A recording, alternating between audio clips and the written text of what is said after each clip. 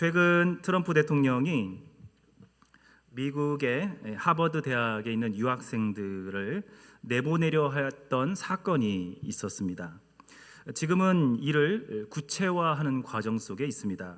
그래서 미국의 유수한 대학들, 소위 말해 하버드나 예일, 스탠퍼드 대학이나 또 프린스턴 이러한 대학들에게 유학생들보다는 자국의 학생들을 중심으로 AI 인재 양성에 집중할 것을 제안하고 있습니다. 그리고 이것을 받아들이지 않는다면은 학교를 그동안 지원했던 연구 지원금을 대폭 삭감하겠다라고 으름장을 놓고 있습니다.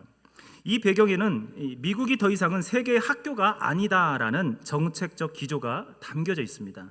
이 무슨 말이냐면 미국은 오랜 동안 세계 인재들을 하버드와 같은 명문 대학에 불러들였습니다. 그래서 최첨단 산업의 전초지인 실리콘밸리 같은 곳에도 불러들여서 그들이 그곳에서 연구할 수 있도록 또는 세계 리더십들이 함께 연합하고 네트워킹을 할 수 있도록 만들었습니다. 그 인재들의 중심 가운데 미국이 서겠다는 의지가 있었던 것이죠. 그래서 미국의 동화 작업을 해서 노력했습니다. 그들이 미국을 좋아하고 미국과 가까이 지내도 만들고 미국 사람들과 친하게 지내도록 해서 그들이 결국은 자국으로 돌아갔을 때에는 미국을 자랑할 수 있고 또 미국을 소개할 뿐만 아니라 미국과 안에서 서로 동맹 관계를 맺을 수 있는 그런 리더십의 역할을 할 수 있도록 사람들을 불러들였다는 것입니다.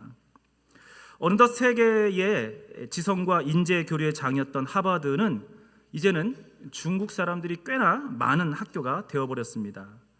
친미적 활동을 할 줄 알았는데 반대로 중국을 위한 활동을 하고 있는 거예요. 그들이 또 제3국에서 건너온 유학생들은 미국의 근간이 되는 유대인들을 좀 친근하게 여길 줄 알았는데 반대로 반유대주의적 반응을 보이는 것입니다. 그러면서 트럼프는 예전처럼 세계 각국의 인재를 불러들여서 미국식 가치와 사상을 심어주는 이 미국 동화 전략을 이제 멈추겠다고 합니다. 그러면서 이제는 자국 중심의 하드파워 전략을 세워서 경제적 제재와 관세, 그다음에 군사적 지원 협상을 다시 한번 통해서 이제 이민 통제 등을 통해서 일자리를 이제 미국 중심으로 가겠다는 거예요. 고급 지식과 산업에서 이방인들을 빼내겠다라고 의지적으로 선언하고 있습니다. 참 이런 미국의 정책들이 우리가 당황스럽습니다. 왜냐하면 이전에 보지 못했던 모습들 때문입니다. 그런데 이건 단순히 몇십 년의 미국의 모습에서 없었던 모습 정도가 아니라 무려 2500년이나 되는 소위 말해 강대국, 패권주의 국가들 또 제국주의 국가들이 했던 방식들을 역행하는 행동을 지금 하고 있습니다. 패권국들은 늘 자국의 이익을 위해서 친제국 인재들을 길러내는데 교육정책에 많은 돈을 투자해 왔습니다. 그들의 언어를 가르치고 문화를 익히게 하며 특혜를 주고 장학금을 주고 제국의 일원이 되게끔 하는 것이죠. 그렇게 그 사람들을 길러내서 훗날 자국으로 돌아가 이 친미적 또는 제국주의적 사상을 갖도록 만들고 또 그 사상을 전파하는 사람들로 그들을 삼았었다라는 것입니다. 이런 제국 혹은 패권 국가들의 전략은 사실은 2500년 전 이 바벨론 제국의 정책적인 방법부터 시작됐습니다. 2500년 된 정책적인 방법이었다는 것입니다. 무슨 말이냐면 2500년 전에는 철기 문명이 굉장히 왕성했던 시대입니다. 다시 말해 무기가 새롭게 개발돼서 전쟁을 펼칠 수 있는 새로운 기술력의 변화가 있는 시대였습니다. 그러다 보니까 제국들이 줄줄이 나오기 시작합니다. 첫 번째로 나온 제국은 바로 아수르 제국이었습니다. 북이스라엘을 멸망시킨 아수르 제국이었는데 이 아수르 제국은 처음에 일어난 제국이다 보니까 어떻게 통치할 줄 몰랐어요. 그래서 이들이 쓴 방법은 뭐냐면 공포 정치, 위협 정치였습니다. 무조건 제국에 사람들이 있으면은 또 머리가 되는 사람들, 그들의 리더십 되는 사람들은 무조건 죽였어요. 그래서 그 나라가 다시 한번 일어서지 못하도록 짓밟는 정책을 펼쳤다는 것입니다. 그런데 놀랍게도 그들을 짓밟으면 짓밟을수록 다시 일어나는 거예요. 결국 아수르 제국은 얼마 되지 못해서 결국 패망하고 맙니다.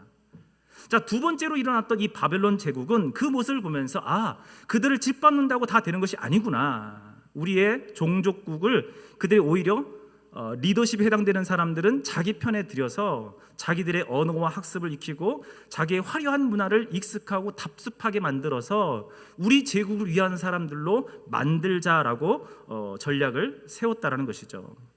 이제 너희는 바벨론 사람이다. 이 문명과 번영을 너희 백성에게 내가 전하노라라는 메시지를 전파했더라는 것입니다. 우리 민족도 얼마 전에는 일제 치하를 경험했습니다. 길진 않았지만 그 기간 동안 많은 어려움들이 있었습니다. 처음에는 대한제국의 사람들을 짓밟는 데 일본이 집중했습니다. 억압하고 총과 칼로 위협하면 된다고 생각했습니다. 근데 그러다 보니까 이 사람들이 독립의사들이 나오기 시작해요. 그 다음에 의병들이 다시 일어나기 시작해요. 와, 이거 안 되겠다. 결국에는 1919년도 3월 1일 날에는 전국적으로 대대적으로 만세 운동이 벌어지는 거예요. 와, 짓밟으니까 오히려 더욱더 일어나네? 이거 안 되겠다. 그래서 3.1 운동 이후에는 정책을 바꾸게 됩니다. 강압정책에서 이젠 문화정책, 교화정책으로 바꿔버리는 것이죠. 그래서 그 조선 사람들을 창씨 개명합니다. 이름을 바꿔서 내가 너희 우리 제국의 우리 멋진 나라의 사람으로 받아줄게 라고 하는 이름을 바꿔버린 것이죠. 학생들에게는 국어 시간에 국어를 그만 배우고 이제는 일본어를 배워서 우리 함께 한민족 되자라고 그들을 이끌어냈습니다.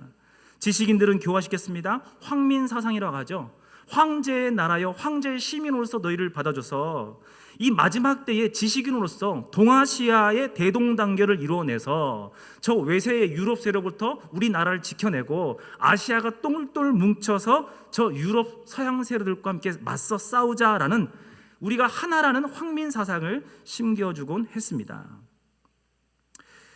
이러한 이 모습들은 역사적으로 진행되어 왔고 계속되었습니다. 이게 참 무서운 게요, 차라리 강압적으로 하면 적이 되기 때문에 나중에는 시간이 지나가면은 그들과 이별을 하게 돼 있습니다. 근데 문화정책을 펼치면은 거기에서 혜택을 누렸던 지식인들, 소위 말해 기득권에 해당되는 사람들은 그 나라 문화 사람들이 되어버려서 그들의 기득권을 유지하려고 합니다. 그래서 우리나라도 아직도 일본의 잔재가 청산되지 않았다고 하지 않습니까? 그 사람들은 지금도 살아남아서 학계에, 그 다음에 정계에, 경제계에, 법조계에, 의학계에, 과학계에 수많은 곳곳에 뿌리 깊이 파고들어서 강력한 세력을 아직도 유지하고 있는 것이죠. 이렇게 교만한 또 교활한 이 교화 정책 가운데서도 살아남는 것은 참 쉽지 않았습니다. 그런데 오늘 시작하는 다니엘서의 첫 시작 가운데 그러한 역사적 배경의 흐름들이 흘러나옵니다. 바로 바벨론이 제국을 건설하는데 이스라엘 나라를 속국으로 삼았는데 어떻게 해요? 그들을 위협하는 것을 뛰어넘어서 이제는 지식인들, 지도자들을 끌고 와서 그들을 통해서 바벨론화시키는 작업을 시작하고 있더라는 것입니다. 우리 본문 말씀을 같이 한번 읽어보는데요, 3절부터 5절의 말씀 우리 다시 함께 읽어보도록 하겠습니다. 3절부터입니다. 시작. 왕이 환관장 아스부나스에게 말하여 이스라엘 자손 중에서 왕족과 귀족 몇 사람, 곧 흠이 없고 용모가 아름다우며 모든 지혜를 통찰하며 지식에 통달하며 학문에 익숙하여 왕궁에 설 만한 소년을 데려오게 하였고 그들에게 갈대아 사람의 학문과 언어를 가르치게 하였고 또 왕이 지정하여 그들에게 왕의 음식과 그가 마시는 포도주에서 날마다 쓸 것을 주어 3년을 기르게 하였으니 그 후에 그들은 왕 앞에 서게 될 것이더라. 아멘. 왕족과 같은 사람들, 귀족들을 불러들여서 똑똑한 사람들을 그들의 제국의 일꾼으로 삼는다는 거예요. 민족의 지도자가 될 사람들을 앞세워서 제국의 수완으로 타도록 만들려는 전략을 펼쳤다는 것입니다. 여러분, 이들은 단순한 전략이 아니었습니다. 그저 좋은 것 주는 정도가 아니라요, 그들의 정체성 자체를 뒤바꾸려고 굉장히 노력했습니다. 언어를 바꿨지 않습니까? 이제는 이름까지도 바꾸게 됩니다. 우리 7절 말씀을 한번 보도록 하겠습니다. 7절입니다. 시작.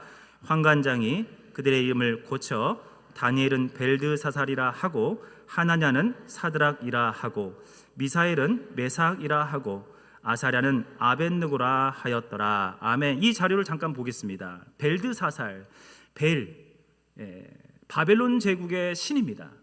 벨이라는 신이 보호하신다라는 이름, 구호를 담고 있는 이름으로 다니엘 이름을 바꿔버렸습니다. 달신, 그들은 특히 달신을 섬겼는데요, 달신의 명령에 복종한다는 의미를 담겨져 있는 사드락이라는 이름을 지어줘 버렸어요. 누가 달신과 같으랴라는 달신을 찬양하고 높이는 그 구호를 메삭이라는 이름으로 지어줬어요. 지혜의 신, 그들의 믿고 있던 지혜의 신 중에 신들을 통해서 너희는 보호를 받을 것이다, 은총을 입을 것이다 라는 이름으로 갖고 있는 아벳느고라는 이름으로 지어줬다는 것입니다. 이름을 바꿔버렸어요.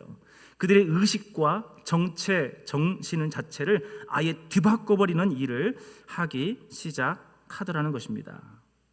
여러분, 이 거대한 물줄기, 이 거대한 시대적 흐름 속에서 제국이 바뀌고 있고 나라가 멸망하고 종교가 바뀌고 있고 그 수많은 그 제국의 큰 역사적 흐름 속에서 누가 이 큰 흐름들을 거슬려 갈 수 있었을까요? 그건 참으로 쉽지 않은 일이었습니다.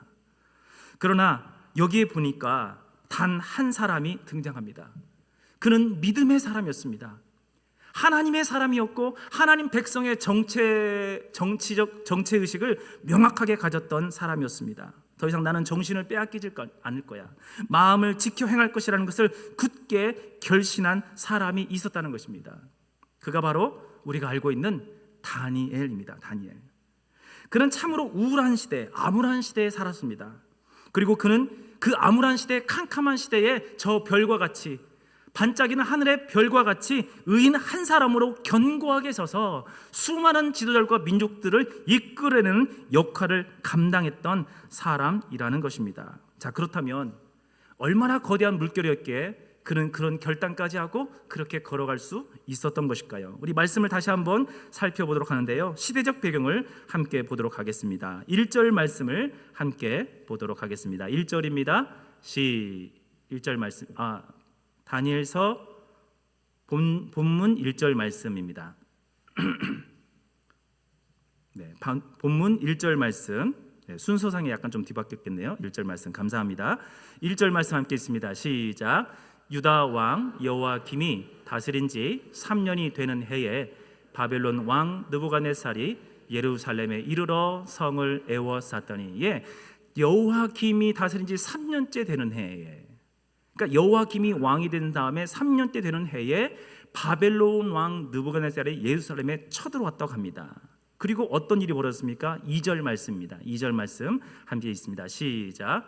주께서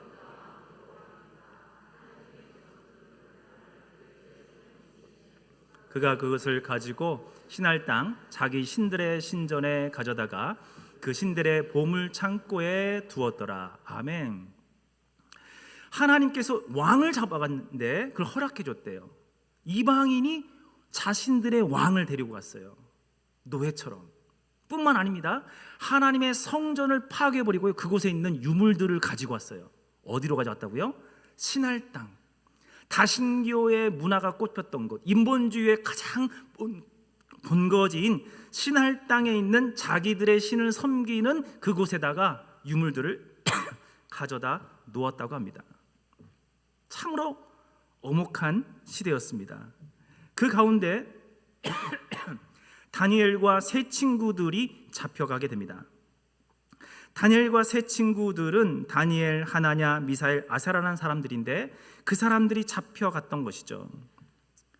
국군이 기울어가는 이 시대에 살았던 그들은 얼마나 힘들었을까요? 자신의 왕은 포로로 잡혀와 있고 포로민들은 더더욱 자신의 주도권이나 자존심을 내세우기 힘든 사회 속에 살았습니다. 성공하기 위해서는, 살아남기 위해서는 이 강대국의 강자들의 빌붙어야만 했습니다. 잘 보여야만 했습니다. 그들의 뜻을 맞추는 삶을 살아야만 했습니다. 자신의 필요와 욕구, 자신의 꿈 생각도 못했습니다. 상대의 필요와 욕구를 만족시켜주는 삶을 살아야만 됐던 것이죠. 그래야만 목숨을 부지할 수 있었고 부스러기 은혜라도 입을 수 있었던 것입니다. 한마디로 갑질하는 세상에서 을로 살아가는 운명, 살아남기 위해서는 소신도 양심도 버려야만 하는 엄혹한 사회 속에 있었다는 것입니다. 그것뿐이었습니까? 더 놀라운 것은 신앙마저도 굉장히 사회적으로 쇠퇴해가는 시대 속에 다니엘과 세 친구들은 살았습니다. 하나님 중심의 신앙이 사라지고 다신교적 다원주의가 판을 치는 세상으로 옮겨져 갔습니다.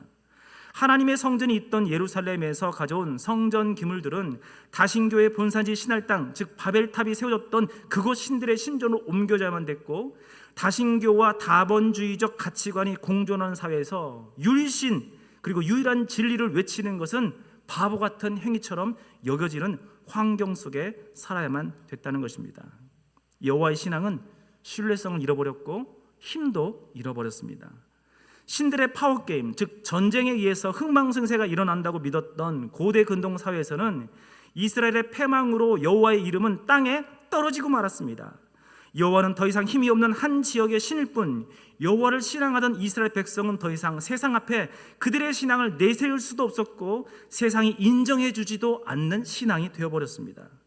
더욱 심각한 것은 스스로 자신의 신앙에 대해 자부심이라든가 자존감마저 상실할 수밖에 없는 상태에 있었다는 것입니다. 그러니 스스로 여호와의 신앙을 지키는 것은 얼마나 힘든 시대를 살았겠습니까? 저는 이 말씀을 묵상하면서 오늘날의 안타까운 자녀들의 모습을 떠올리곤 합니다. 우리 청년들의 모습을 떠올리곤 합니다. 적어도 이 자리에 앉아 계신 좀 50대 이상 되신 분들은 나름 부흥기에 살았습니다. 사회가 발전하고 교회가 부흥하기 시작하고 사회에 알려지고 교회가 힘을 얻어가기 시작한 때쯤에 신앙생활을 했기 때문에 얼마나 하나님의 영광이 놀라운지, 기독교 문화가 얼마나 꽃폈는지는 우리는 경험했고 알았습니다. 그러나 우리의 젊은이들, 우리의 자녀들은 어떻습니까? 기독교인입니다 라고 말하는 순간 너 개독교 믿냐? 이런 소리 들으면 됩니다. 저 초등학교 때, 중고등학교 때요, 반에서 믿는 사람들이 최소한 10명, 20명 이상은 있었습니다. 같은 교회에 다니고 있던 친구들도 반 안에 있었어요. 그러나 요즘 아이들은 20, 30명 모이는 반 안에 기독교인이 1명 있을까? 많으면 2명 있을까? 어떤 분은 아예 교회 다니는 친구가 1명도 없는 반도 있는 세상에 살고 있습니다. 너 주일날 뭐해? 아니, 일요일날 뭐해? 나 교회 가는데? 야, 아직도 신앙생활하는 사람이 있냐? 너는 지성인이면서 대학생이나 돼가지고 무슨 교회를 다니냐? 이런 말들을 흔히 듣고 있는 사회 속에 살고 있다는 것입니다. 자기가 만나는 하나님을 마음껏 자랑하고 싶은데 자랑할 수가 없어요. 사회에 나가서 나는 크리스찬입니다라고 외치고 싶은데 누가 인정해주지도 않습니다. 오히려 교회 다닌다고 하면 마이너스 점수가 돼요. 제 교회 다니는데 예수쟁이야. 안 되겠어. 쟤 때문에 술도 같이 못 먹고 문제가 있어. 우리 팀워크가 안 맞아. 어떻게 하지? 그런 소리를 듣는 시대를 살고 있을지 모른다는 것입니다. 그러나 그저로 살아가기 위해 힘겨운 세상 속에 더군다나 신앙인으로서 신앙과 양심을 지켜가기조차 어려운 시대 속에 한 사람이 일어나기 시작합니다. 그 사람은 믿음의 결단을 하게 됩니다. 나는 이 세상에 살고 있지만, 추악하고 하나님을 인정하지 않는 세상에 살고 있지만 나는 믿음으로 설 거야. 하나님 앞에 거룩한 백성으로 살아남을 거야 라고 마음에 결단한 한 사람이 일어났다는 것입니다. 우리 본문 말씀 8절의 말씀입니다. 8절 말씀을 함께 읽어보도록 하겠습니다. 8절 시작. 다니엘은 뜻을 정하여 왕의 음식과 마시는 포도주로 자기를 더럽히지 아니하리라 하고 자기를 더럽히지 아니하도록 환관장에게 구하니. 아멘. 그는 뜻을 정했습니다. 마음의 뜻을 정하고 작정을 했어요. 어떻게 해요? 왕이 주는 포도주 그것으로 먹지 않고 나는 이방인의 음식 또는 다른 신들에게 제사를 지냈던 그 음식을 먹지 않으므로 내 몸을 더럽히지 않겠노라. 또는 이방인의 음식인데 돼지를 아마 잡았을 거예요. 돼지고기를 풍성하게 줬을 것입니다. 그런데 돼지고기는 레위기 말씀에 의하면 먹지 말라고 하나님이 하셨거든요. 거룩하지 않은 음식을 나는 먹지 않겠노라고 결단했더라는 것입니다. 너무나도 쉽지 않은 결단이었을 것입니다. 그는 음식을 먹는 자리는 단순히 좋은 음식 먹는 거, 배부르는 거에 그치는 게 아니었습니다. 왕이 주는 음식은요, 높은 하이클래스 그룹의 사교의 장이었습니다. 세계 제국을 앞으로 다스릴 만한 사람들과 서로 인맥을 쌓고 친분을 쌓는 자리입니다. 자기의 미래를 거부한 것과 같은 자리였을 것입니다. 그러나 이방인의 다신들을 섬겼던 신전 음식을 먹지 않기로 결정하는 것, 하나님 앞에서 자신을 더럽히지 않기로 결단하는 것, 학문과 언어를 배우는 것은 어쩔 수 없을 거예요. 그들이 가르치니까 배워야 할 것입니다. 그의 이름을 바꾸는 것, 그것도 어쩔 수 없을 거예요. 내 이름은 다니엘이지만 다른 이름을 불러더라도 어쩔 수 응답할 것밖에 없는 그런 상황에 놓였을 것입니다. 그러나 나에게 주어진 특권, 그건 무엇이었어요? 왕의 음식과 산의 진미를 먹음으로 또는 하이클래스 사교권을 포기하는 것. 특권은 내 스스로 포기할 수 있기 때문에 그것을 포기하고 나는 결단하는 마음을 갖겠다는 것입니다. 저는 이 말씀을 묵상하면서 정말 궁금한 것이 한 가지 있습니다. 이 어린 친구가 또는 친구 몇몇이 어떻게 이 거대한 시대적 물줄기와 거대 제국의 물줄기 앞에서 자신을 거룩하게 지키기 위해서 결단하여서 마음의 뜻을 정할 수 있었냐는 거예요. 단순히 어린 친구들의 몇몇 친구들의 소신과 확신 속에서 뜻을 결정했다라고 보기는 쉽지 않았습니다. 그것이 과연 가능했던 이유, 그 근거는 무엇이 될 건가라는 것에 대한 궁금증이 생기기 시작했습니다. 그래서 성경 이곳저곳을 한번 살펴봤습니다. 그러면서 몇 가지 근거를 찾아왔는데요, 그 내용은 이렇습니다.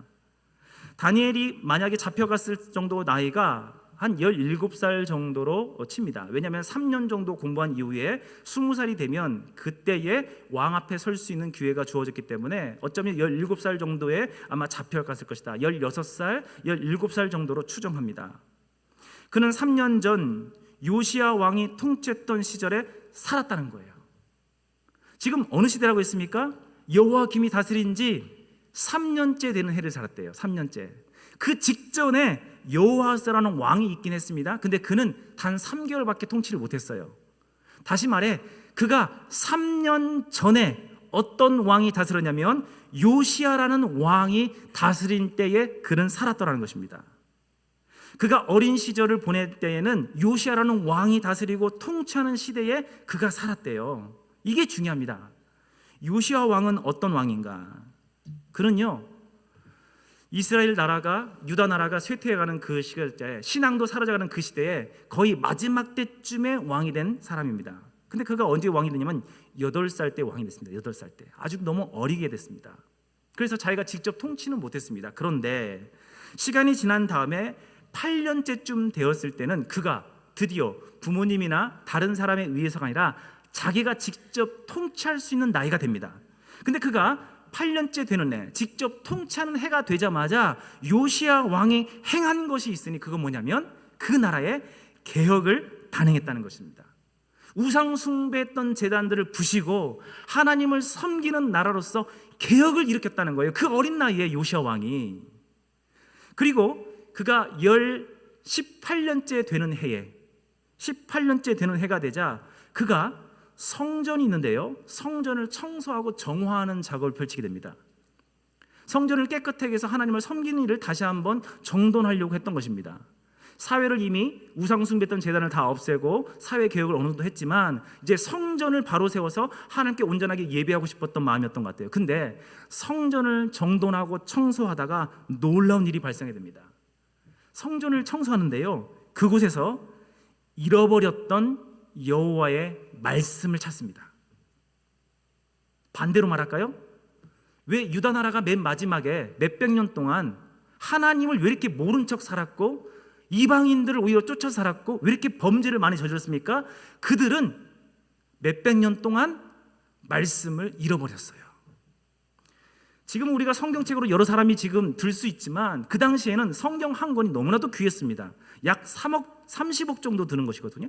양피지를 만들어서 종이 한 장 만들고 거기다 글을 넣고 여러 가지 두루마리로 말아야만이 겨우 성경 한 권을 유지할 수 있기 때문에 귀한 책이었습니다. 몇 권 안 됐어요. 근데 그 책을 잃어버렸다는 거예요. 하나님의 말씀을 너무나도 소중하게 여기지 않으니까 성경 말씀을 잃어버린 채 살았기 때문에 그들은 그렇게 신앙으로 살아간다고 하면서 매번 이상한 행동을 했고 잘못된 행동을 했던 것이죠. 결국은 신앙을 완전히 거의 잃어버린 지경까지 이르렀다는 것을 추정해 볼 수 있습니다. 아마 하나님의 말씀을 발견했다고 했는데 제가 생각하기로는 그 말씀이 아마도 특별히 신명기 말씀이었던 것 같습니다. 이 신명기 말씀은 이스라엘 백성들이 가나안 땅으로 돌아와서 생활하는데 정착민으로 이 땅에 살아갈 때에 어떻게 하나님의 백성으로 살아갈지를 온전하게 말씀해 놓은 책이 바로 신명기 말씀입니다. 다시 말해 구약 전체 말씀 중에 굳이 택하라고 한다면 모세 오경을 택할 수 있고요, 모세 오경 중에 단 한 권만 택하라고 한다면 신명기 말씀이 구약 전체를 대표하는 대표 말씀이거든요. 근데 이 신명기 말씀을 아마도 잃어버린 듯 합니다. 왜냐하면 이 말씀을 펼쳐놓고 읽다 보니까 무엇을 발견했냐면 유월절 절기를 발견하게 됩니다. 여러분 유월절 많이 들어보셨죠? 유월절이 어떤 절기입니까? 이스라엘 백성들이 이집트 땅에서 출애굽을 통해서 하나님이 구원하신 것을 기념하기 위해서 명절을 지키라고 한 것이 바로 유월절 절기였습니다. 근데 놀라운 것은요, 그 사사시대 이후로부터 왕들의 시대에, 그 다음에 유다 왕국의 시대, 이 멸망이 직전까지 유월절 절기를 단 한 번도 지키지 않았습니다. 단 한 번도 지키지 않았어요. 근데 말씀을 발견했는데 아마 신명기 말씀 건데 신명기 말씀에는 이 유월절 절기라는 말씀을 지키라고 명확하게 제시되어 있거든요. 그래서 요시야 왕 제18년 되는 해에 성전을 정화하고 그곳에서 발견한 말씀을 근거로 통해서 말씀의 부흥운동을 펼치더니 유월절 절기를 최초이자 마지막으로 지키게 됩니다. 이 유월절 절기는 어땠을까요? 그야말로 축제였죠. 하나님의 말씀을 읽고 낭독하고 이야기하고 하나님의 구원의 역사를 함께 나누고 씹고 먹고 암송하고 하는 귀한 축제장을 보냈을 것이라는 것을 충분히 예측할 수 있습니다. 그러면서 이 요시야 왕의 시대에 어떤 일들이 벌어졌는가? 이 말씀을 근거로 해서 나라를 총치하고 다스린 일들이 벌어집니다. 우리 성경 말씀인데요, 역대하 34장 33절의 말씀이 있습니다. 우리 함께 읽어보도록 하겠습니다. 시작. 이와 같이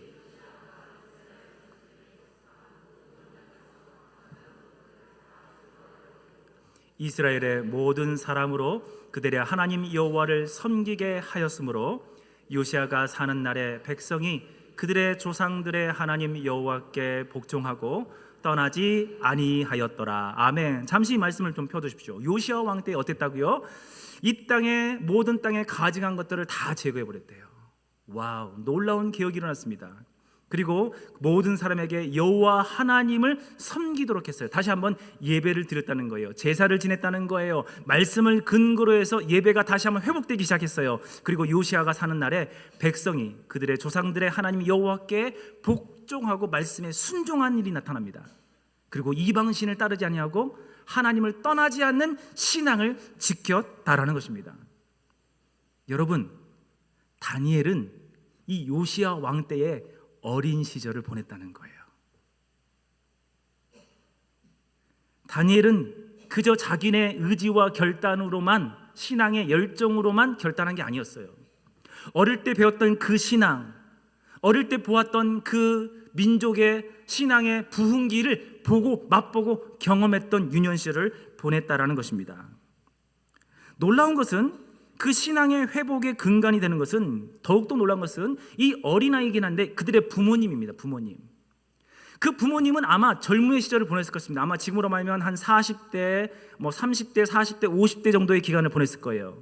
가장 힘이 있고 중년기를 보내는 그때에 그들이 그 부흥을 경험하고 은혜를 경험했으니 사랑하는 자녀들에게 신앙을 어떻게 가르치지 않을 수 없었을까요? 그것은 그들의 이름을 지은 걸 보면 우리는 자세히 알 수 있습니다. 우리 6절 말씀 보면 그들의 원래 이름이 있습니다. 이방에서 지어진 이름이 아니라 그들의 원래 이름이 있는데 바로 이렇습니다. 그들 가운데 유다 자손 곧 다니엘이라는 이름을 지어줬는데 이 부모님이 지어준 이름입니다. 하나님은 나의 재판자이시다, 재판관, 다스리는 자시다 라는 이름에 그 이름을 주었습니다. 하나냐는 여호와께서 은혜로우시다 라는 이름을 주어줬어요. 미사일은 어떻습니까? 누가 하나님과 같은가? 아사랴는 있었더니 여호와께서 도우신다라는 고백의 이름을 그들에게 지어줬다는 거예요. 부모님들의 신앙 고백이 자녀들에게 그대로 담아져 있습니다. 그들을 말씀으로 양육하고 하나님을 섬기는 신앙으로 양육하고 그들을 위해서 기도할 때는 이런 소망을 담아서 기도했다라는 거예요. 제 딸의 이름이 율희거든요. 율희. 율희는 법률자입니다. 법률자. 그리고 기쁠 희자를 씁니다. 저희 장모님이 기쁠 희자 제발 쓰지 말라고 저에게 말씀해 주셨는데, 왜냐하면 장인어른 이름에 희자가 들어가다 보니까 우리 장인어른 이름에 있는 희자 넣지 말아라 그러셨는데, 저는 굳이 넣었어요. 왜요? 여호와의 율법을 즐거워하는 아이로 자라갔으면 좋겠거든요. 시편 1편 말씀을 묵상하다가 여호와의 율법을 즐거워하는 아이로 참게 자라기를 소망합니다. 기도하면서 이름을 지었어요. 그래서 율희가 된 것입니다. 우리 교회도 우리 아이들 보니까요, 이름을 보면 딱 듣자마자 얘 크리스찬이구나, 부모님이 그리스도인들이구나, 부모님이 신앙생활 하겠구나, 딱 느껴지는 친구들이 있지 않습니까? 이 안에도 여러 사람들이 있습니다. 여러분도 아마 여러분의 자녀들 손주 이름을 지을 때도 아마 어떤 신앙의 이름을 가지고 또는 그 의미를 담아내서 이름을 지어줬을 거예요. 왜냐하면 이름을 짓는 데는 소망과 기대가 한마디로 함축되어서 지어진 경우들이 많기 때문이다. 결국 요시야 왕 때 이 놀라운 부흥을 경험했던 부모들로부터 신앙을 가르침을 받았던 다니엘과 세 친구들은 어릴 때부터 하나님의 놀라운 역사와 말씀의 권능과 하나님의 부흥기를 경험하고 체험한 신앙생활을 통해서 그들의 신앙관이 다져지기 시작했다는 것입니다. 더군다나 유대인들이 가졌던 발견했다고 여겨지는 신명기 말씀, 특별히 신명기 제일 유명한 말씀 중에 하나가 신명기 6장에 있는 말씀이거든요. 한번 읽어보겠습니다. 신명기 6장 4절에서 6절의 말씀 한 목소리로 읽겠습니다. 시작. 이스라엘아 들으라, 우리 하나님 여호와는 뜻을 다하고 힘을 다하여 내 하나님 여호와를 사랑하라. 오늘 내가 명하는 이 말씀을 너는 마음에 새기고 내 자녀에게 부지런히 가르치며. 아멘. 이 말씀이 그 유명한 쉐마 이스라엘, 들으라 이스라엘 말씀으로 시작되는 말씀이에요. 뭐라고 명령합니까? 하나님은 유일하신 하나님, 이방 나라의 다신교가 아니라 유일하신 하나님을 믿는 사람들이다. 하나님을 사랑할 뿐만 아니라 이걸 어떻게 하라고요? 자녀들에게 가르치라고 말씀하셨어요. 문지방에도 새기고 이마에다도 새기고 손목에다도 새겨 나오면서 말씀을 암송하고 외우고 묵상하도록 자녀들을 가르치라는 말씀을 그들이 발견하고 그걸 붙들고 신앙생활했던 사람들의 자녀가 바로 다니엘과 세 친구들이었다는 것입니다. 다시 말해 다니엘과 세 친구들은 기독교적 세계관 속에서 하나님의 부흥의 역사를 보았고 어릴 적부터 늘 성경의 사람으로 자라난 사람들이었습니다. 그들은 환란기가 성인이 되어가는 시점에 나라의 국운이 꺾이고 기독교 신앙, 하나님을 믿는 신앙이 타락하고 사라져가는 그 무시받는 시대 속에서도 어릴 때 배웠던 그 신앙을 가슴에 품었을 것입니다. 그리고 그 힘겨운 시대에 하나님 여호와의 신앙의 불꽃이 꺼져가는 듯한 그 시대에 작은 불씨를 가슴에 안고 있었던 것은 아닐까요? 아니야, 이방 나라 사람들이 아무리 무시해도 우리 하나님은 살아계셔. 우리 하나님은 나를 사랑하시고 오직 유일하신 하나님이셔. 그 하나님이 우리 가족을 택하여 주었고 우리 민족을 택하여 주셨고 나를 이끌고 계셔라는 믿음을 가졌던 것은 아닐까요? 놀라운 사실 또 한 가지를 발견해야 됩니다. 뭐냐면 사실 다니엘이 그 신앙을 가졌고 요시야 왕이 부흥기를 맞이했던 그 시대를 살았음에도 불구하고도 실은 그 전에 하나님께서 유다 나라를 멸망하기로 사실은 작정한 상태였습니다. 한번 말씀을 보겠습니다. 예레미야 15장 4절 말씀인데요, 함께 있습니다. 시작. 유다 왕 히스기야의 아들 므낫세가 예루살렘에 행한 것으로 말미암아 내가 그들을 세계 여러 민족 가운데 흩으리라. 아멘. 하나님은요 이미 므낫세 왕 때 이르자 몇백 년 동안 누적된 그들의 이방신을 섬기는 문화, 말씀을 지키지 않았고 하나님을 무시했던 신앙의 모습들, 거짓된 신앙의 모습들로 인해서 진절머리가 난 상태였습니다. 결국 이방신을 적극적으로 수용했던 므낫세 왕 때에 하나님께서 보다 못해 선포했어요. 유다 나라는 앞으로 멸망할 것이고 이방 나라에 흩어질 것이다라고 아예 작정을 하셨다는 것입니다. 근데 여러분, 이미 멸망시키기로 작정한 나라인데 그 다음 세대에 이상하게 잠깐이지만 부흥기를 주셨다는 거. 부흥기. 요시야 왕을 통해서 새로운 역사와 부흥과 말씀의 재발견과 유월절을 지키는 놀라운 신앙의 뜨거웠던 재부흥기를 허락해 주셨다는 거예요. 그건 왜 그랬을까요? 하나님께서 멸망으로 작정한 민족인데 왜 그런 부흥기를 허락해 주셨냐는 거예요. 그건 똑같은 말씀인 예레미야 29장 10절에서 찾아볼 수 있습니다. 우리 함께 말씀을 보도록 하겠습니다. 시작. 여호와께서 이와 같이 말씀하시니라. 바벨론에는 70년이 차면 내가 너희를 돌보고 나의 선한 말을 너에게 성취하여 너희를 이곳으로 돌아오게 하리라. 아멘. 하나님이 또 다른 약속을 하나 주셨는데 70년 동안 너희는 이방 나라에 잡혀갈 것이다. 그러나 70년 만에 난 너희를 돌아오게 할 것이다 라고 약속하고 있다는 거예요. 그럼 여러분 70년 만에 돌아오는데 그냥 돌아옵니까? 불씨가 살아있어야 될 거 아니에요. 부흥의 불꽃을 작게나마 담고 있었던 작은 불씨라도 70년 동안 살아남아야 그 불씨 안에서 다시 한번 불꽃이 일어나서 새로운 부흥기, 새로운 역사적 부흥기를 맞이할 수 있지 않겠냐는 거예요. 하나님은 그 부흥의 불씨를 다니엘과 새 친구에게, 다음 세대의 어린 친구들에게, 청년들에게 남겨줬다라는 것입니다.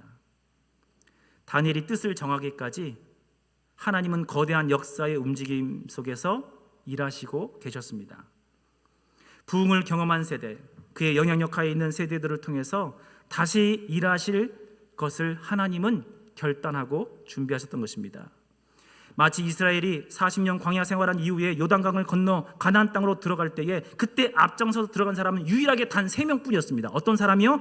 모세와 여호수아, 갈렙, 딱 3명뿐이었습니다. 모세는 그 직전에 또 죽습니다. 여호수아와 갈렙만이 하나님의 살아계심을 40년 전에 경험한 사람들이 있었어요. 근데 그 두 사람이 불꽃이 되어져서 그 민족 전체가 가나안 땅으로 들어가서 하나님 나라의 역사를 이루는 불꽃이 되었던 것입니다. 여러분, 하나님 나라는 많은 사람이 굳이 필요하지 않을 수 있습니다. 단 한 사람 또는 소수의 몇 명일지라도 그 사람의 하나님의 부흥을 경험했고 하나님의 은혜를 체험했으며 하나님이 쓰시는 사람으로 그를 이끌어내셨다면 하나님은 그 한 사람을 통해서 새 일을 이루시고 역사를 펼쳐가신 줄로 믿습니다. 하나님은 지금도 그렇게 일하시고 계십니다. 오늘 말씀의 맨 마지막에 있는 9절의 말씀 함께 보도록 합시다. 9절의 말씀 함께 있습니다. 시작. 하나님이 다니엘로 하여금 환관장에게 은혜와 긍휼을 얻게 하신지라. 아멘. 하나님이 다니엘 한 사람. 사실은 다니엘은 대표적인 인물이죠. 다니엘과 세 친구 정도, 최소한의 그룹, 단 하나의 작은 소그룹을 남겨줬는데 그들에게 긍휼과 은혜를 입게 하시더니 그들을 통해서 70년의 엄혹한 시대를 믿음으로 이끌어갈 수 있는 리더십으로 그들을 세워주시고 한 민족이 70년 동안 신앙을 잃어버리지 않다며 70년 후에 놀라운 부흥기를 다시 한번 맞이할 수 있도록 이끌어내셨다라는 것입니다. 하나님은 지금도 일하십니다. 의인 한 사람 없는 이 땅 가운데 하나님께서는 아들을 이 땅에 보내셨습니다. 그리고 그 한 사람으로 인해서 다시 한번 믿음의 부흥기를 이뤄내고 다시 한번 구원의 역사를 이루어내셔서 하나님의 사람들을 일으켜 세워주시고 교회를 세우셔서 지금까지 오도록 이끌어내시지 않았습니까? 한 사람 예수 그리스도를 통해서 모든 사람을 구원할 수 있는 길을 열어주신 것처럼 지금도 하나님은 믿음의 사람 단 한 사람을 통해서 지금도 준비하고 계시고 그 믿음의 다음 세대를 통해서 새해의 역사를 이루신 줄로 믿습니다. 제가 우리 교회를 위해서 기도하면서 한번 전체 연령대를 한번 보자 해서 교적을 전체를 한번 봤습니다. 근데 우리 교회에 가장 많은 연령대를 차지하고 있는 그 나이대는 몇 살대일까요? 50대입니다. 50대. 약 20%가량 됩니다.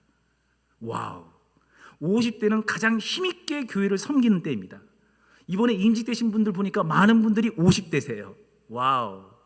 하나님께서 우리 교회를 힘있게 하시는 이때라는 것이에요. 더 놀라운 건 뭔지 아세요? 그 후배들입니다. 저는 솔직히 말하면 30대, 40대로 우리 교회 오자마자 찾아다녔는데 눈에 안 보여요. 봤더니 안 계신가 봤더니 안 계신 게 아니에요. 30대, 40대가 우리 교회에 28% 정도가 있어요. 4분의 1이 넘어요. 오, 안 보이는데. 왜 그런가? 그분들이 전부 다요 바빠요. 육아하느라고 바쁘고요, 아이 키우느라 바쁘고요, 이 길에 쪼들려서 바쁜 나이가 그때입니다. 30대 40대 가장 바쁜 나이입니다. 교회에는 활동을 안 보이지만 우리 교회의 차기 리더십이 될 만한 사람들이 딱 자리하고 있다는 거예요. 할렐루야. 놀라운 것은 무엇입니까? 하나님의 은혜를 체험하고 부흥을 경험했던 믿음의 선배들이 후손들에게, 후배들에게 신앙을 전수하지 않으면 그 신앙의 불꽃이 전달될 수 없다는 것입니다. 우리의 다음 세대의 청년들과 청소년들과 우리 어린 꼬마아이들에게 믿음의 신앙으로 가르치고 말씀으로 양육하고 돌보지 않으면, 비록 적은 숫자일지 모르겠지만 그들이 몇 년이 지난 후에 교회의 놀라운 부흥을 이끌어내고 민족이 다시 한번 믿음으로 일어서는데 놀라운 불꽃의 역할을 하게 될 줄로 믿습니다. 하나님의 부흥을 경험한 여러분들이요, 깨어나십시오. 여러분들의 사명은 그 불꽃을 후배들에게 전하는 역할입니다. 우리는 그저 우리 잠깐 믿다가 우리 신앙생활 유지하다가 죽어가는 존재들이 아니라 그 놀라운 부흥의 역사, 뜨거운 하나님의 사랑의 열정을 내 후배들에게, 내 자손들에게 전달하여서 다시 한번 이 나라, 이 민족이 다시 한번 깨어나고 민족과 열방 가운데 다시 한번 선교적 사명을 이끌고 나가는 대한민국으로 웃돌 설 수 있도록 이끌어준 사명으로 우리를 부르셨음을 반드시 기억할 수 있기를 간절히 바랍니다. 그런 한 사람 되기를 간절히 원하며 이 시간 찬양할 때에 하나님, 그렇습니다. 우리가 고백합니다. 찬양합니다. 내가 그 한 사람, 우리 한 교회, 한 가정 되기를 원하오니 우리를 인도하여 주시옵소서. 마지막 때 한국 교회에 부흥이 없다고 합니다. 교회들마다 쇠퇴하고 주일학교가 사라진다고 합니다. 청년들이 보이지 않는다고 합니다. 30, 40대가 없다고 합니다. 그러나 주님, 우리를 불러주셨사오매 이 부흥의 불꽃을 전수하는 사명 끝까지 감당할 수 있도록 인도하여 주옵소서. 우리 그 마음을 함께 찬양하며 주 앞에 나가도록 하겠습니다.